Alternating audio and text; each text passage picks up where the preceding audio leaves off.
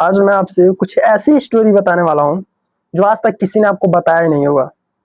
बहुत डेंजरस है और फनी भी है और अमेजिंग भी है और ये बहुत ज़्यादा नॉलेजेबल भी है। तो चलिए मैं बात करता हूँ। थॉमस अल्वा एडिसन, नाम तो आपने सुना ही होगा। ये भाई साहब ऐसे थे, लेकिन एक एक बात मैं आपसे पहले बता रहा हूँ कि यार जितने भी साइंटिस्ट होते हैं ना, उनका जो दिमाग होता है वो खुरापाती टाइप थोड़ा होता है। ये भाई साहब स्कूल में पढ़ाई करते थे। अब पढ़ाई में तो बिल्कुल जीरो ही थे, लेकिन अब लाइफ में भी जीरो थे। अब कैसे थे वो सुनिए। स्टार्टिंग में क्या हुआ, ये अब जा रहे थे रास्ते से, तो उसके बाद से इन्हें दिखा कि मुर्गी थे और मुर्गी अपने अंडा पे ऐसे चढ़ के और ऐसे से रही थी उसे, ठीक है। तो उसके बाद से ये भाई साहब देखे, कहा यार ये मुर्गी अपने अंडे पे बैठी है और उसे से रही है, अगर मैं भी अंडे पे बैठूंगा तो क्या ये फूटेगा। उसके बाद का ये बंदा सोचा, नहीं यार फूटाना तो नहीं चाहिए, अगर वो भी बैठी थी मैं भी बैठूंगा तो दिक्कत क्या है। लाया एक ट्रे अंडा और ला के उसी बैठ गया।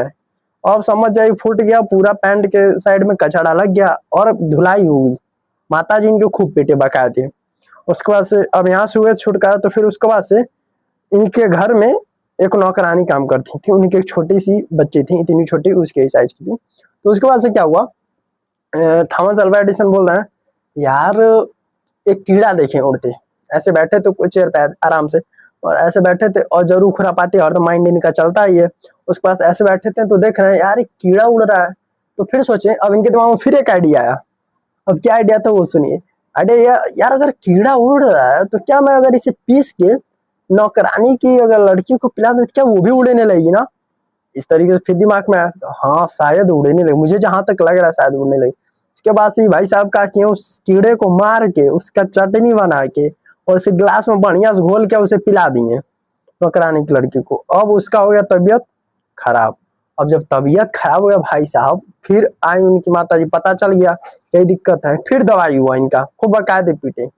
उसके बाद फिर स्कूल गए, 2-4 दिन और भी स्कूल गए। उसके बाद से स्कूल गए तो उसके बाद से इनकी मैडम ने, मतलब जो भी यहाँ की मिस थी, उन्हें बुलाया और उसके बाद से फिर इन्हें एक लेटर दिया, कहा कि अपने माता जी को दे दीजिएगा।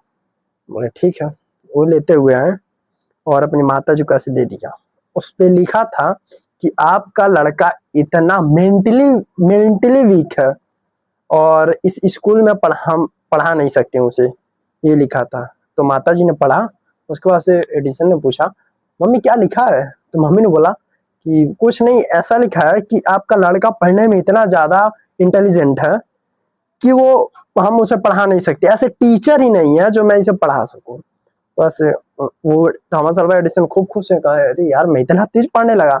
उसके बाद से बहुत मेहनत इनकी माता ने सालों साल मेहनत करके इन्हें बहुत अच्छे से पढ़ाया और वही बंदा आगे निकल के एक बहुत बड़ा बल्ब का आविष्कार किया। और आज जो बल्ब जला रहे हैं हम लोग अपने घर में, वो उसी की देन है। और आप समझते हैं कि यार सोचे, और फिर उसके बाद से क्या हुआ, कुछ दिन के बाद, मतलब लगभग 10-20 साल के बाद उनकी माता जी का देहावसान हो गया, मतलब मर गई, डेथ हो गया।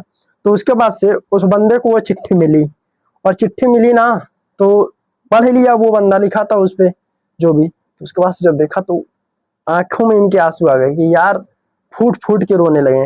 यार मेरी माता जी ने मुझसे ये बात छुपा लिया और मैं आज उन्हीं के बदौलत इतना बड़ा बन गया। तो इस तरीके से मैं बार बार आपको कहता हूँ, कोई भी आपको फेल बोले, कुछ भी बोले, उसको कोई मतलब नहीं है। आप फोकस रखिए, एक वर्ड आपका डिसाइड नहीं कर सकता। अगर कोई भी बंदा बोल रहा है तुझसे नहीं हो पाएगा, तू नहीं कर पाएगा, तो कितने लोग क्या होते हैं, थोड़ा मतलब क्या होता है, मतलब इंस्पायर उन सबों की बातें से हो जाते हैं और बात को समझते नहीं है अच्छे से, और क्या करते हैं, मतलब ऐसे बैठ जाते हैं और कहते हैं यार मन नहीं लग रहा है, ये नहीं हो रहा है, वैसा नहीं हो रहा है, बहानेबाजी लगता है मान, और उन्हीं सुन की लाइफ खत्म हो जाती है। इसी की वजह से मैं बार बार कहूँगा, जिसे जो बोलना है बोलने दीजिए, बस आप अपना धैर्य से काम करिए। धन्यवाद।